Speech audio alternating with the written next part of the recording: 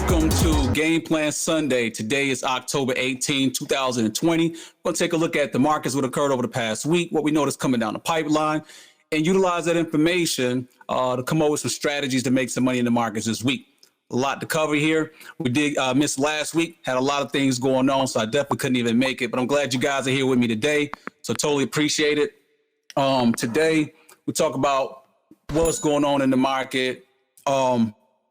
What was everything like last week? I mean, pretty much the market is pretty choppy, as you guys can see. Let's take a look at the indexes here.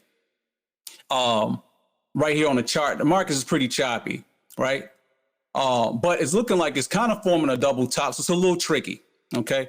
And we talked about this for the prior weeks, of how as we get closer to the election, you know, it's about to get real crazy, you know, strong ups and downs, and it's more of a day trading market than anything right now because nothing is really moving off of fundamentals.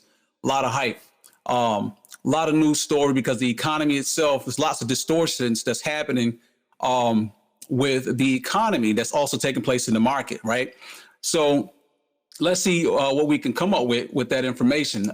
Just take a look here on the website, Wallstreet If you haven't subscribed, make sure you do. But here on the website, got the events page. Every day I'm just here checking it out, of course, dropping new articles so you guys can check it out. Everybody can participate, you know. And so we'll just go through our list here, what we saw happen the past week, starting with the economic releases. And also we did have Amazon, we had Apple. You know, they kind of, you know, try to keep things up, but they really didn't budge the market, not at all, with their products and everything. The markets really wasn't moving much. So, you know, we was watching it live as it was going down. As far as the economic releases, we did get the CPI numbers that came out. As you guys can see, posted right here on the website with the CPI numbers. Let's go to red here. Basically, CPI, that's the Consumer Price Index. That's basically the measure for inflation. Increase, you know, basically it says 2%, rising 0.4%. What else? Over the last, all items index increased 1.4%. Interesting thing is that they were noting that the index for used cars and trucks continue to rise sharply. So people are buying a lot of used cars, more than normal. And they also talk about how energy rose, natural gas increased. When it's further details about the index for used cars and trucks, it rose 6.7% in September, its largest monthly increase since February 1969. So obviously we're seeing some distortions, things that are not natural in the economy for it to move this way. For some odd reason, we can observe that people are buying used cars, not new cars, but used cars. And that's more than likely not a Tesla.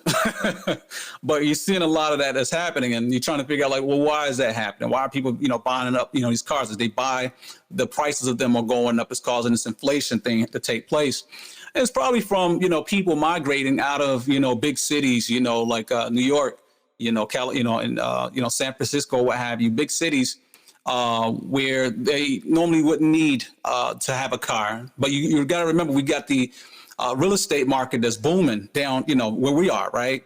You have an exodus in New York, right? People moving away from there, but people are moving more down here, or, you know, other places that's not so congested. And along with that, you know, I believe that we're seeing the increase in used cars, because now you need a car. When you move down south, you got to have a car down here. You can't just be Ubering around everywhere. You kind of, you know, things are so spaced out, right? So for the most part, you know, most people have cars. And so I'm thinking that that's probably the reason why we're seeing the inflation increase in that. But overall, we are seeing some inflation to move up, as we can see overall. But remember, this is what the Feds want. The Feds want to create inflation. That means that people are spending money. So you got to get it to the point where people are spending and comfortable with spending money again. The truth doesn't really matter anymore. The only truth that matters is the truth that the people believe. That's a quote. You have to take that down. The objective truth doesn't matter. It's whatever the truth that people believe in is what matters, right? So if people believe that the economy is great, or people believe there's a vaccine around the corner, you know, if they believe these things, then they behave, you know, differently. And it doesn't matter if it's true or not. That's just pretty much what it is. And so I think that that's really interesting.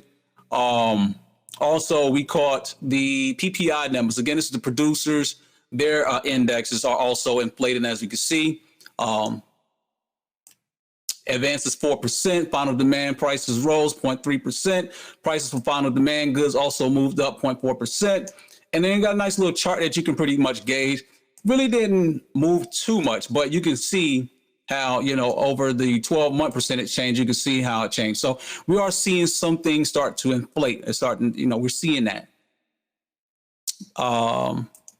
So we got that. And also, this was the unemployment numbers. Let me actually just zoom in on this a little more. And I know Ron said he wanted to see this one here. And again, this is right on the website, so you guys can check it out yourself, straight from the source. Well, the unemployment numbers, initial claims were 898,000, which is an increase of 53,000 from the previous week's revised level. So remember, last week's levels were wrong. Remember, they had to revise them up. It tells you right here that they revised them up by 5,000. So they revised those up by 5,000. And then this is 53,000 more than the revised up number. So 898,000, which was definitely far exceeding what analysts' expectations were that the numbers were going to be. This is not a move in the positive direction. This is really not good to see this amount of people, unemployed. So now things are going into the wrong direction. Okay. So we're seeing that's starting to happen now. And, again, when the whole thing is trying to get that curve down, but then it got flat here, right? They're trying to get it way back down here, but we're still elevated up here and it's just stagnating, right? And now it's starting to look like it's starting to reverse back up. That's what they do not want to happen. But that's the direction we're going, right? So that is not a good sign for the markets. All right. It's not a good sign for anybody, right? So, I mean, again, it's harder for people to get jobs in the job market, all that, right? So that is really not good. Also, we got a nice little update from our man, Ron, OG Ron. He's been talking about this drone exposure. Anybody trying to, get some exposure in drones, or if you're trying to, put some money, make some money off the drone booming industry right now, he got a nice list here. I actually put it together in our Thinkorswim platform. I shared with you guys, but everybody give Ron a shout out for doing homework. Every day is homework. You feel me? So I appreciate when you see people working, trying to figure it all out, because I don't know it all. This stuff is so massive and convoluted. It's crazy. That's why you see a lot of people have teams and, analysts, teams of these guys is out here getting these insights, So again, this is community Wallstreet Jackboyz. When I built the website and I built the platform, is so that you guys can have that community structure going on. So definitely, whatever you guys know, share it with your comrades, all right? Also, he posted a couple of other articles right here in the news feed. You guys can do the same thing. But he's talking about the drones, basically. So drone delivery about to be a big thing. The whole key is to try to get in advance. So again, shout out to Ron for that. This is a little article I posted here from Gold Money. It's talking about hyperinflation. Again, you guys can go right here, check it out. And the argument here is that hyperinflation is already here, all right? So what we were just discussing here about the CPI and the PPI numbers is about inflation. Here we're talking about hyperinflation, which you really don't want to happen. This is terrible. But this is what they say the definition of hyperinflation is. Hyperinflation is the condition whereby monetary authorities accelerate the expansion of the quantity of money to the point where it proves impossible for them to regain control. It ends when the state's fiat currency is finally worthless. It is an evolving crisis, not just a climactic event. Okay, so here you go. You're talking about basically the Federal Reserve, right? The central bankers, the central government, the central bankers, they lose control over the manipulation that they're doing right now on the economy, right? So again, the manipulation is causing the distortions, and they're trying to create this inflation. And what they're saying is that basically everybody's has the definition of hyperinflation wrong. They're basically saying the definition is that they can't control it.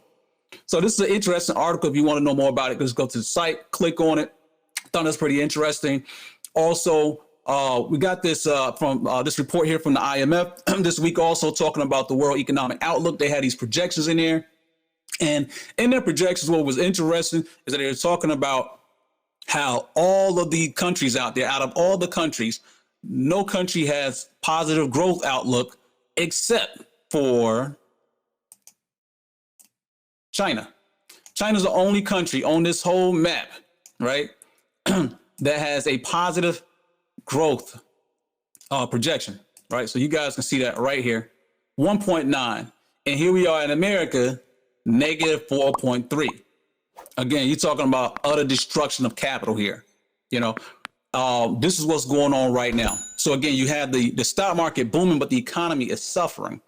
And this is why there's such a huge demand for a stimulus. Now, they're going to have a stimulus, okay? There's going to be a stimulus. Nobody has the balls to not provide a stimulus. What's happening is that you have this election season here, and a lot of things are being politicized, and everything is weaponized, right? Even Ray Dalio was talking about it way before this stuff even happened, how everything was going to play out, and everything is playing out according to the plan. All right. And what it is that, you know, you're looking at utter destruction. And you got to remember, America, I'm an American, so I'm definitely pro-American here, right?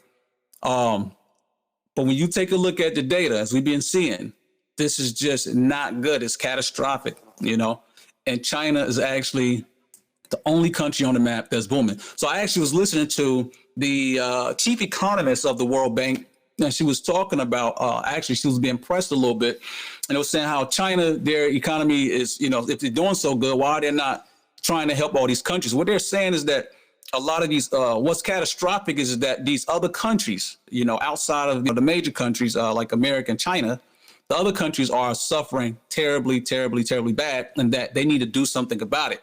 And they're talking about basically debt forgiveness. This, you know, let's just wipe everybody's debts clean. We talked about this in the Bible, how the Bible has this year of Jubilee.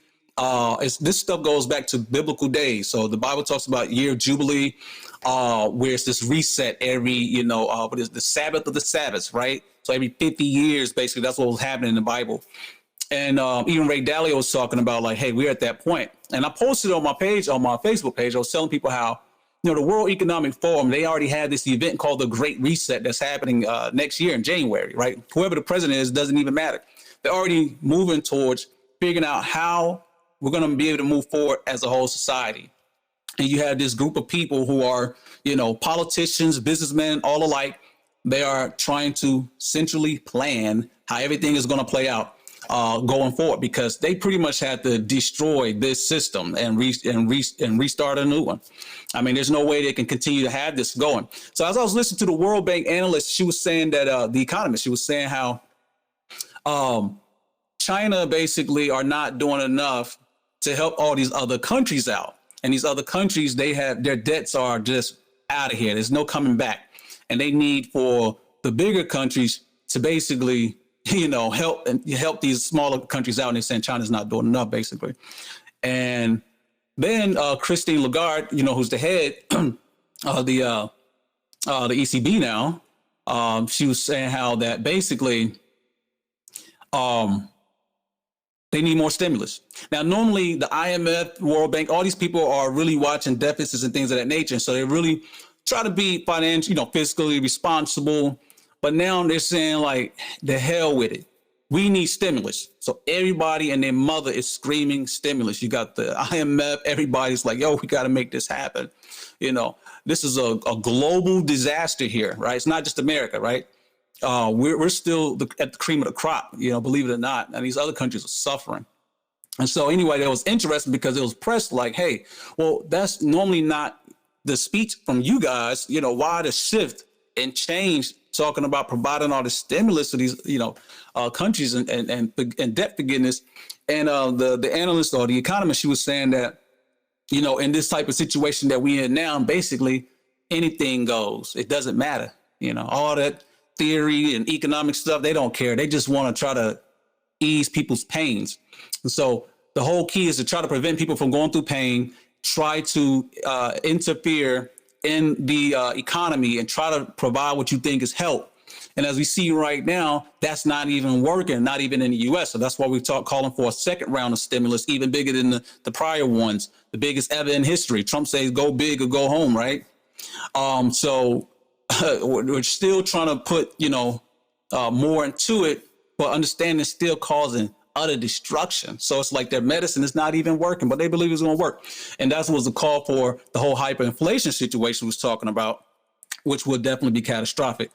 And again, destruction of the dollar itself. All right. So again, I just wanted to bring it to your attention because this is what the world leaders are talking about. And my projection on this is that they're going to have to reset this whole thing. All right. It's a mess. Also, this is a cool little report that showed up driverless cars on the road. You can click on this on the website, check it out. But looks like driverless cars are going to be on the road. So that's interesting because I think that you do have and GM is basically over this company here. And but that's interesting, right? We already the whole hype over the past 2 weeks has been electric vehicles, Tesla, NIO, Nikola, all these companies, people trying to pour into them. And so it's going to be interesting to see these autonomous vehicles on the road, and they're not, 100% safe. So, but this is where we are going at with driverless cars and things of that nature, which brings me to this whole situation here where this is a Barron's article. And I posted here, Wall Street flipping on Trump. Okay. So again, we got an election here in 2 weeks. Okay. And I don't know if you guys have voted, but again, that's your civil, that's your civil right that you had is to vote. So you may want to go do that. But I was able to do so with my daughter, her first time doing so. And that was interesting. Early voting where I was at was actually pretty light. I didn't have to wait in a long line. So I was happy about that. So anyway, let's actually dive into this article real quick where, it appears that the nature of Wall Street is shifting on Trump. This is interesting. I don't know what way you voting or who you believe. I don't really care. I'm just telling you what I see, fundamentally and all these other things is that you would have thought that Wall Street would be fully backing Trump, but it looks like Wall Street has found a way around Trump that they obviously believe is better. So this little article, I'm going to go over it quickly. It said, whatever warning it might have gotten from the Trump team, Wall Street is lining up solidly behind Joe Biden based on campaign contributions. So they're looking at who's contributing to which campaign. That's from how they coming up with this, right? So big Wall Street money is going on Joe Biden, right?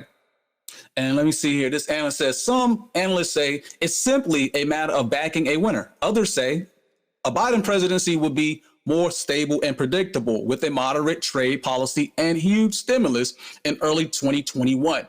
But that seemingly overlooks the looming tax hikes. Okay. He warns in a client note with the last sentence emphasized in boldface italics. Okay. So again, they're looking at trade policies and huge stimulus. Trade policies, huge stimulus. Okay. The negative thing is going to be the tax hikes. We'll talk about that here in a second. Various projections point to a significant, possibly economic slowdown in 2022 when Biden tax increases would be expected to hit. He continues, a Democratic admin probably would defer tax hikes while the economy still looks weak. So they're probably going to pass them over the years where they're not going to have to pay them that year. They're going to just, defer them. But the big economic impact will come in 2022 after the stimulus sugar high has receded. So they're projecting a stimulus sugar high, and then that's going to recede in 2022.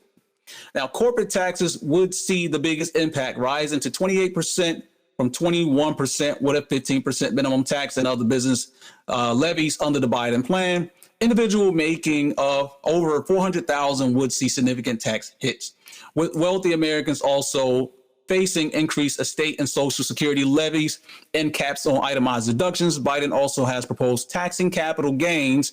For you guys that's here, you're trading stocks. That means you're going to have to pay more money on your capital gains. As ordinary income for high earners, huge factor that could lead to cashing in gains before the effective date.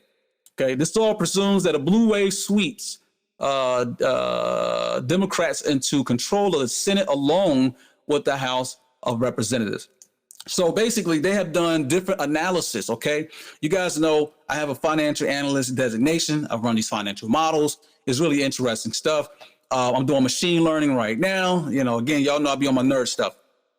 But when we're running these analysis, we run what's called scenario analysis. And in our scenario analysis, we run bullish case scenarios, bearish case scenarios, neutral case scenarios, all these different scenarios that we can just hit a button and it'll flip all the numbers for us. Obviously, okay, Wall Street, their analysts who are far better than I am. I'm just a baby, okay? And these guys are, experts. Now, they've already done their analysis, and they priced in all these different scenarios. If it's a Biden victory, a clean sweep with Democrats taking the Senate and the House, they've done it with Republicans keep the Senate, and in the House maintain the Democrats maintain the House. They've done all these different scenarios. And then, of course, they've done the Trump scenarios. Obviously, the insights that they're gathering from this data, they have figured out that, okay, the tax situation is just one thing, but stimulus, the amount of stimulus that the Democrats is going to provide, you got to understand the stimulus itself is going to go to corporations. All right. They say it goes to people, but you remember they want to give it to you so that you can actually turn around and spend it with the corporations so they can make money.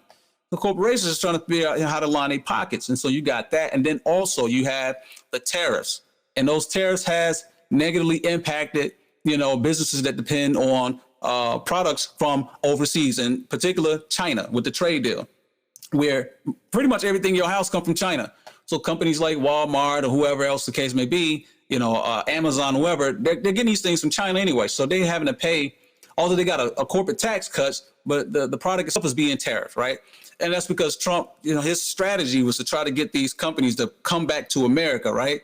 It's like, why are y'all hiring people overseas when you can have those jobs to people in America, right? So that was a strategy, just try to force them into submission until they come back to America. That was a strategy. But the companies, American companies, they don't like that, right? And so he helped them out with the corporate tax, but at the same time, they get smacked up with the tariffs.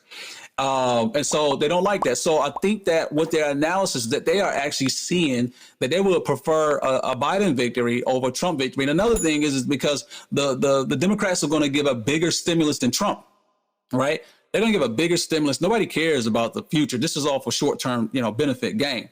All right. And that's what everybody's looking for. The long term, again, nobody's talking about, the outcome of, all this deficit spending. Where's it going to come from? Back to the conversation that we had about the IMF and the World Bank, they were talking about how they have to, around the world, they're going to have to tax the corporations and the rich to take care of the poor countries or whoever the poor is supposed to be, whatever. The taxes have to go up. I mean, that's just bottom line. People are crying for stimulus, begging for help. And the only way you can get it is that you have to get it from somewhere. Government doesn't make money. So government is definitely coming at the, rich. If you got money, they're coming for that. Corporations, business owners, whatever, you're going to get it, right? Because that's how you socialize economies. You have to take from the rich to give to the poor. This is when Ray Dalio was talking about the haves and the have-nots, the bourgeoisie versus the proletariats, right? And this is why we talk about these. We have these debates about socialism and capitalism, because this is the time we're closer than ever, okay? And all roads seem as if we're going socialism, okay?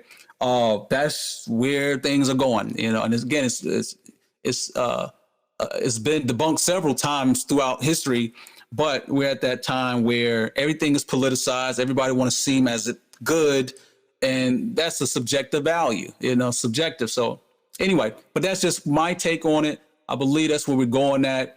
Again, the odds, Trump is an underdog in this situation. The odds are against him. He was, the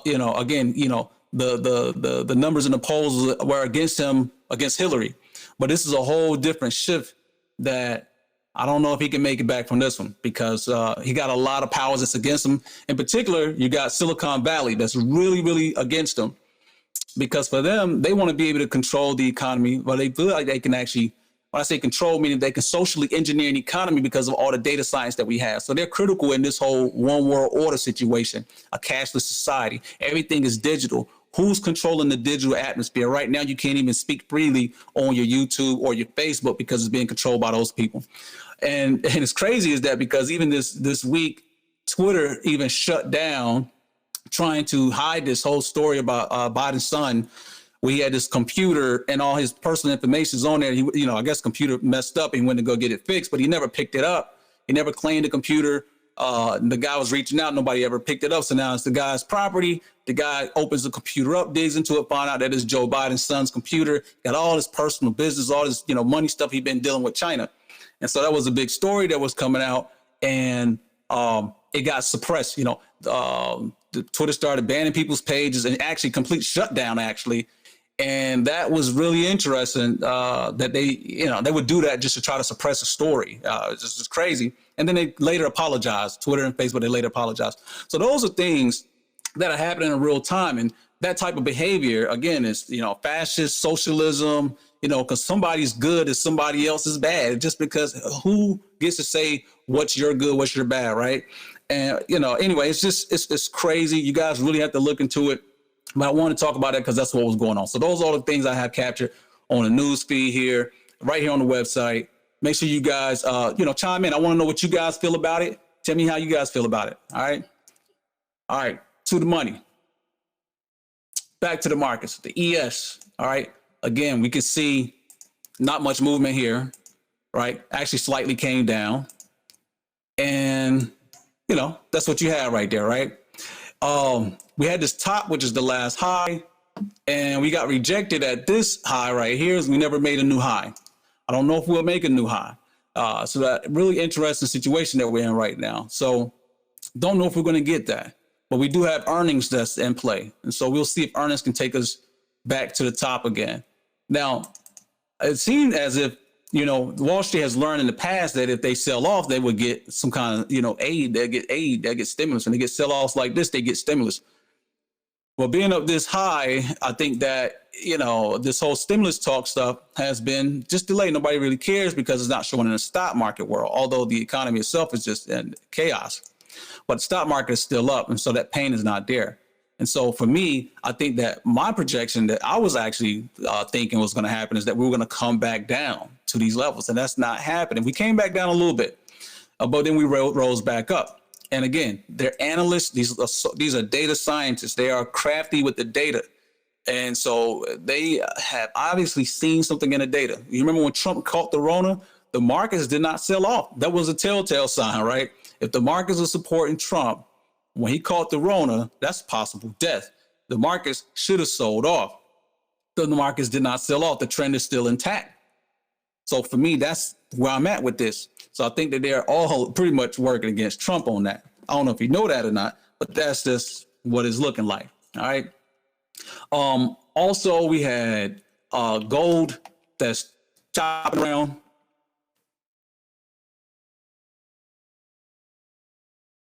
Okay. We have gold that's chopping around here. As you guys can see, gold has been chopping around here, holding up against the 100 moving average, right? That's the 100 moving average right there. Still holding up. Now, gold was going to take off. Well, I was expecting gold to take off. Our projections of gold was going to take off right here, all right? We was expecting gold to take off right here based off of stimulus being passed. Stimulus passes, inflation will be upon you, right? Because people are going to be getting money. People are going to be spending money. So the projection was that, but we never got it. So there was a rejection. Gold came down to this tier, which is this floor, which is a better buy point, okay?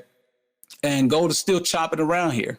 And again, I don't know if we're really going to get a rally on this until stimulus gets passed.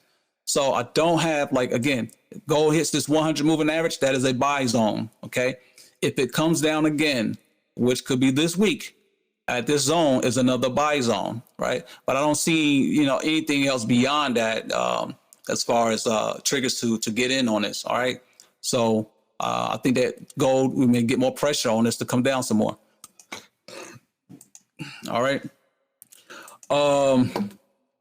Also, what else do we have? The bonds, okay? Let's take a look at the bonds here. The bonds are still chopping around, going down here. And the bonds have been messed up, right? So look at the bonds. They caught that slack here. They held at this 200 moving average. They're still holding, but they're squeezing. The breadth is narrowing.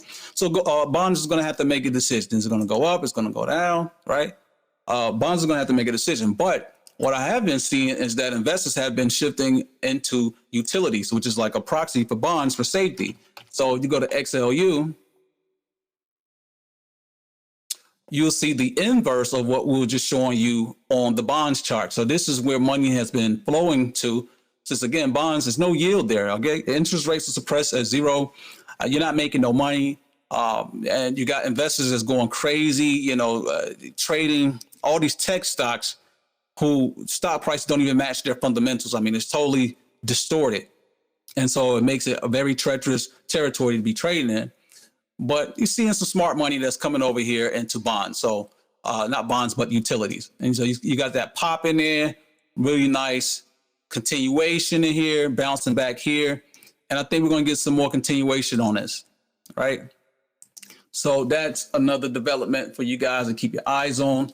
As we speak right now, the futures are up. Let's take a look at the NASDAQ. The ES we already took a look at. The NASDAQ, which is the tech indexes.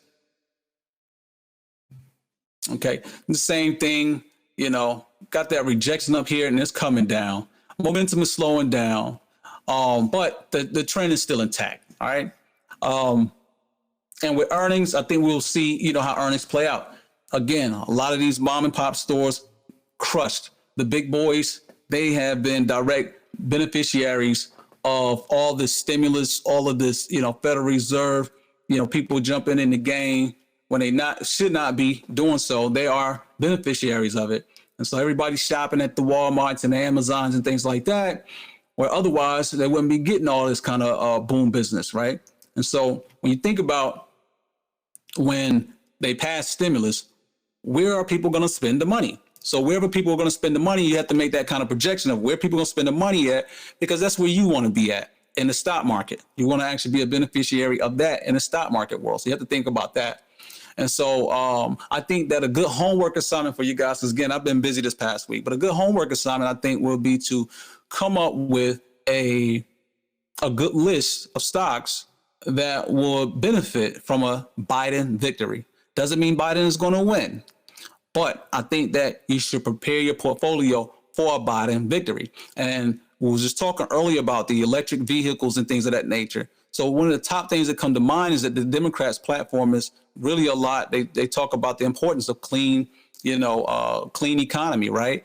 And so you think about that climate change is major on their agenda. And so for a Biden victory, climate change stocks or, companies that are climate change sensitive, meaning that that's what their platform is about, they're going to benefit from it. I think that's why I saw a lot of movement in Tesla, right? All this movement in Tesla, which again, Tesla's not looking too well, but I mean, it's looking great right here, but I don't see any bullish movement in it until earnings. So they got earnings coming up this week on the 21st. So, but I think that Tesla is more than just a car company, though. You got to understand. Let me show you guys my, let's see. How much time we got? 30. Okay. All right. So I'm going to try to wrap it up here. Take some from you guys because I know we already going past the time limit. But like solar stocks, Tesla's also a solar stock company, solar energy. And take a look at this first ticker on this list. Look at this. Jink O Solar. Okay. How many people saw that? Right. And this thing was down here at $20. All right. And look at that continuation. Look at that. All the way to $70. I mean, blew through all my levels way back here. All right. Blew through all those levels. I mean, this thing is out of here. All right. And so, I think that it's probably going to start to consolidate up here, but look at that. That's crazy. Solar stocks. I think that these companies are good candidates for that type of thing. So this is a list here with those companies, those solar stocks, and they're all looking great. They're all looking great. So that's something you may want to keep on your list. But definitely, I think that it's time to prepare for the possibility of a Biden victory, which I think is highly probable right now. So just keep that in mind. With that being said, I guess I'll take a look at a couple stocks from you guys because we're already pretty heavy right now. So let me actually just kick off with Google. Okay. I think Google is in an interesting situation.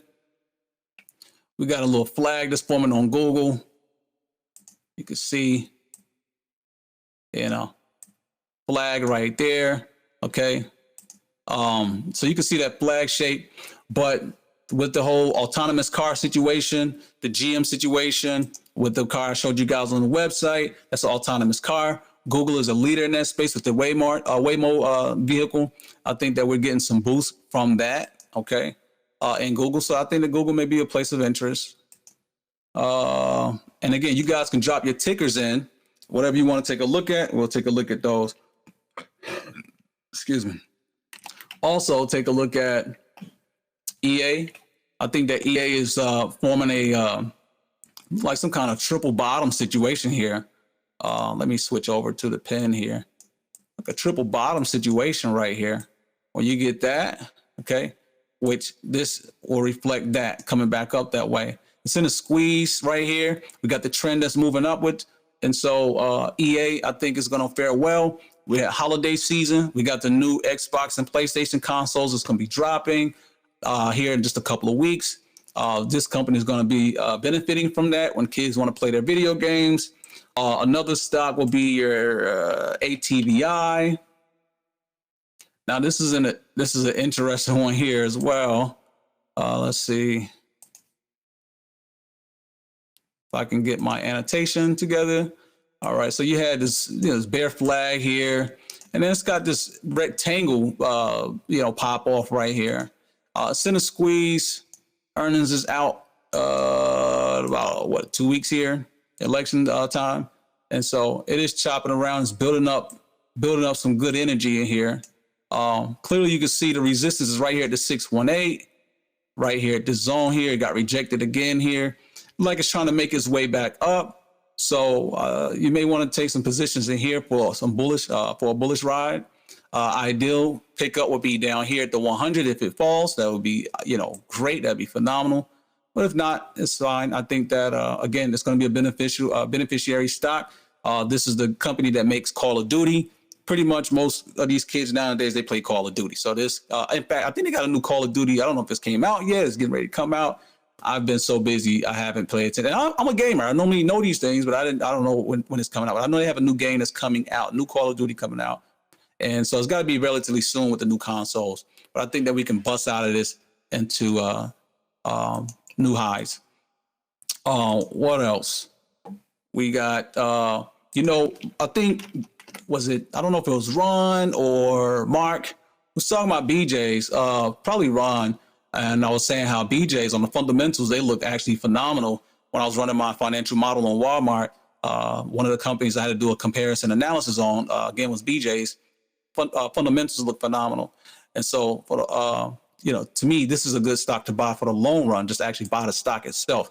And other analysts have good buy targets on it as well. But you take a look at the pattern that we got here, those 100 as a floor here, I can see this double bottom situation pop off in here. Now, I got a squeeze on this thing here, and the trend is moving up. We got buy triggers in here. And I don't know if it was Mark or Ron. It was like, hey, I'm ready for this thing to make a move. So we already got some people that's already in here waiting for this thing to explode here. But again, it's taking its time. But it looks like it's going to be bullish if this is a double bottom. Again, it could switch on us, but it's looking like a double bottom, which is a bullish play. So I do like BJ's for that reason. My man, real estate executive, how you doing, G? Let's get you straight here. All right, Workhorse Group. All right, obviously been a while since I charted this one. Let me just clear it up a little bit. But obviously you can see the resistance zone here. It's coming down. Again, just taking a look at my non-moving average, which is this red line. When it's red like that, it's letting me know that it's bearish.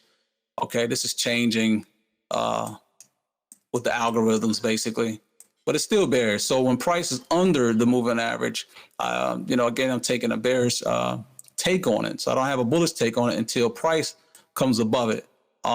This 50 moving average is going to be a key place for this thing to hold.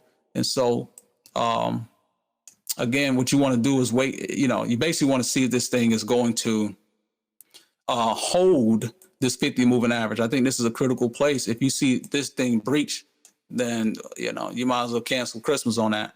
But if you see it pop up, then I think that, that will be a good trigger if you're looking for some long exposure. But the trend itself is down. So that's how I feel about it. Just rocking BJ and JD. Yeah. So again, I just showed you guys the economics behind, JD, JD.com, these Chinese companies. Again, I showed you guys the only country that is even projected to be positive is China. And China is actually positive right now. And so if you want to benefit from that, then you got to get some Chinese exposure, JD.com, right? This one here is, a big boy. It's a little elevated, but the trend is still intact. So I don't see no short on this one here. Price is still above its moving averages. The price is still above that 618. So again, I would stay long on that. You got your Alibabas, and then an old favorite of ours is is Jumia. I thought I'd bring this up here. I think Ryan bought this one up. This is an old favorite. It's not a Chinese company, but this is the company that is positioned itself to be the Amazon of Africa. We talked about it when it first dropped, and it had this crazy run up here not too long ago, 2 months ago. And, that run up was crazy, and then it got crushed. Now look what it's doing again. It's coming back. All right. It's coming back. And I think that's really interesting. I think that we can get back up to about the $18 mark on this one as well. It is a little overbought, but, it's typical in this distorted environment that we're in. If they're going to be a beneficiary of any kind of stimulus, then that's a good move. All right. Somebody says ABT, my man Zay, what's good with you, G? All right. So it's been a while since I did Abbott Laboratories. Well, what's interesting is that this whole vaccine situation, right? So biotech companies, I tend to stay away from. They're not my favorites.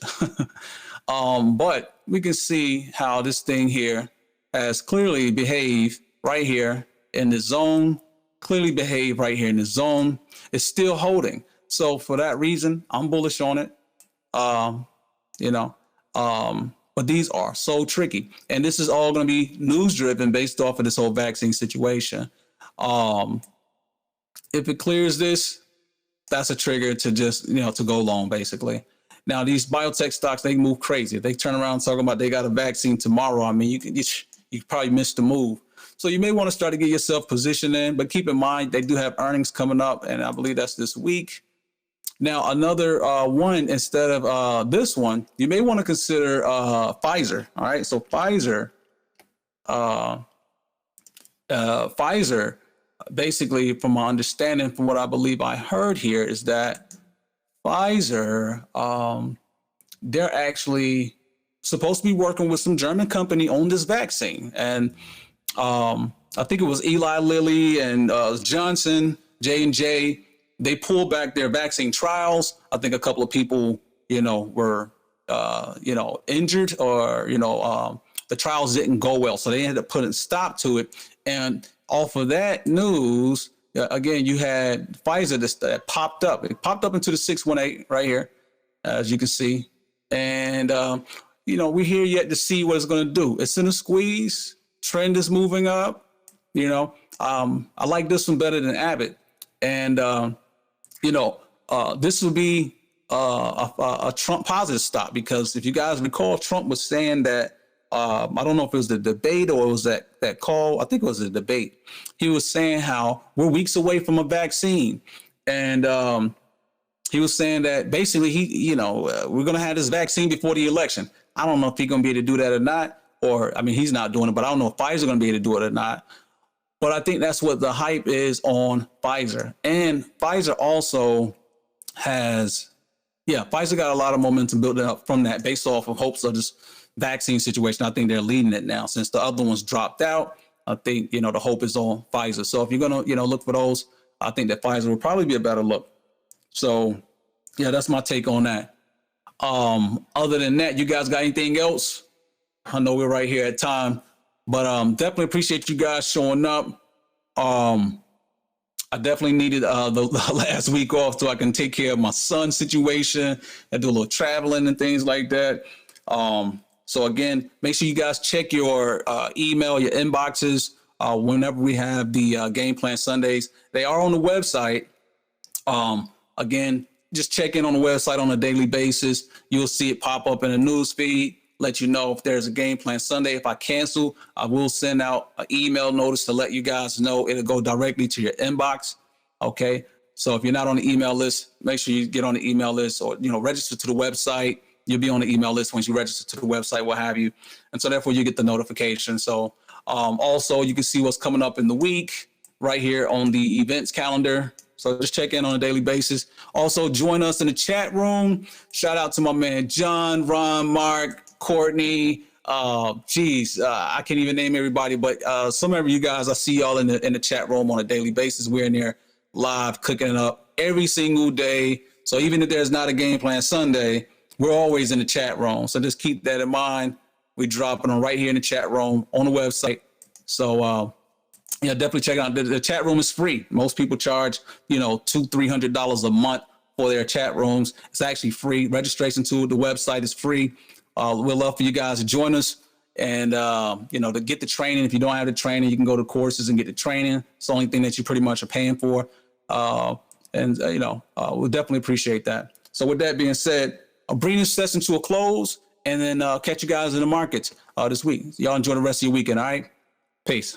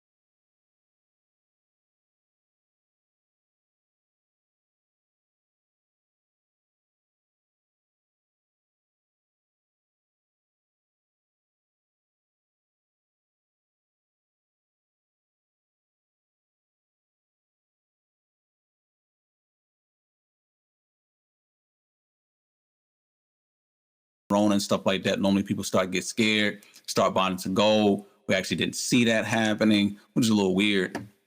But maybe they, think that Trump is going to beat the Rona. Trump is actually painting it like he's going to beat it. So the markets are actually, they were down on Friday because Trump caught the Rona. Markets are up right now. Trump dropped the video earlier today saying, like, hey, he's good. He's still working. He's trying to get back on the campaign trail pretty soon. And basically, we see the markets are pretty happy with that news. But you can never know, midweek, you catch a fever, something crazy, and it's going to sell off. So it's just a little tricky to play it right now. But we also see the dollar is finding strength, which is counterproductive to gold itself. So that's interesting. So again, to play gold, we have to actually understand how the dollar is going to be moving. When the dollar is strong, gold is, it's got some more room to come down. So I'm not seeing that right now is, the best time. And I think that we probably get a little more pain in gold until we start to solidify around this 100 moving average. That's my hypothesis. Again, it could just take off and go north right then. I'm not too sure. Again, I still like these prices. These prices are still pretty good. Anything under 1900, I think is good for the long term. Remember, the targets that we had on gold from the big banks was at the Bank of America. Let me see, or Goldman Sachs. They still got the $3,000 target here.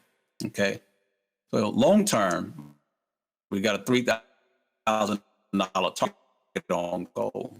Okay, we're just trying to time it at the best position in here. Even looking at this weekly chart, it's still interesting as well, right? We can see the 20 moving averages, hovering right here could be a good floor. But if we take a look at the momentum, right, the momentum still coming down, right? And normally we get that momentum shift come all the way down till it flattens out before we get that reversal. So because that momentum is still coming down here, we normally don't see a shift in the momentum that come up, midterm like that, which it could, but we normally don't. So that's why my hypothesis is where it's at with that. All right. What else we got? Sector, John. Okay. Apple. Let's see. Apple. This is the last one.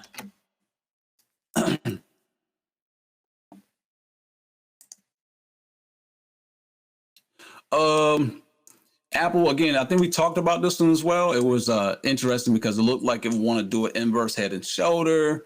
But we take a look at the momentum. It's looking like it's starting to come back down. So Apple is still in another tricky situation for me. Very similar to gold. If you take a look at it, price is underneath the 9 moving average right now, right? It had a pop up above and then it's come falling right back down. So Apple is chopping people up right now. It's chopping people up. Ideally, what you want to see, and I think we talked about this last game plan Sunday, was if this thing can do an inverse head and shoulders. But you're starting to see a trigger down to the downside. We see a stochastics moving downward. We're in a squeeze, so I think we get some consolidation, but the trend stops out. So yeah, this one here, you definitely don't want to put no calls on it. I would, if anything, I'd do a spread on it just because it can go either way. He says a weekly squeeze on it. Let's take a look. I don't see weekly squeeze here. Squeeze on the weekly. Not seeing the weekly squeeze here, but yeah, this is the daily chart. Take a look at the intraday. Yeah, the intraday is showing some selling pressure. So yeah, let's see how Apple play. I don't see any setups in Apple in particular. Normally, if it takes that long for me to think about it, there's no setup. So, all right, cool. Oh, you said you watching the utilities. Okay, so I saw the utilities. I think the utilities maybe again counter to the bonds. Okay, safety. I think utilities is a good place to watch because the bonds is normally safety, but if they don't play the bonds, then they may play utilities for safety. And utilities is in an interesting position. It's in a squeeze. It's up against this 200 moving average, which is key resistance here. But we got a buy trigger right up in here. And for me, I would like to see it clear before we play it to the long side. And I think bonds really don't move that much. we could possibly get up to the 786 if we can clear this 200 moving average. Again, we got the squeeze. I think this is the one that Ron was talking about, the squeeze. Trend is going up, stochastic is moving up. But this would be a more safety play. Utilities is like a proxy for bonds, okay? And with the bonds looking the way they are, I don't think anybody, there's no yield to get in on bonds right now. So investors are probably better off playing utilities versus the bonds themselves. All right. Cool. So with that being said, I want to thank you guys for joining us tonight. Make sure you guys log into the website daily, check out what's going on, hop in the chat room, say hello to your compadres, you feel me? Also, make sure that, support the website, invite your friends over to the site to join. I know I've been busy, so I haven't been able to plug as much as I wanted to in here, but just understand that you can invite your friends, your people right from the website. When you log in, go to your profile. I'll show you this real quick and we'll bring it to a close, but all you got to do is go to your profile and then you just drop in their email and you can invite them to the website. It's right here, email invites. Okay. All you got to do is just go there and drop in their email right there. And the website will populate an email to send to them. And if they're interested, then they'll actually join. So this is the send invites tool right here on the website. So make sure you guys utilize that. Help us grow the Wall Street Jackboyz, okay? I'm only one man. I'm one man, and I'm trying to be human at the same time. So go Lakers, okay? I feel you, John. Right. You got to go to a Lakers game out there, man. All right, cool. All right, so you guys enjoy the rest of your weekend. We'll catch up in the markets this week. Peace.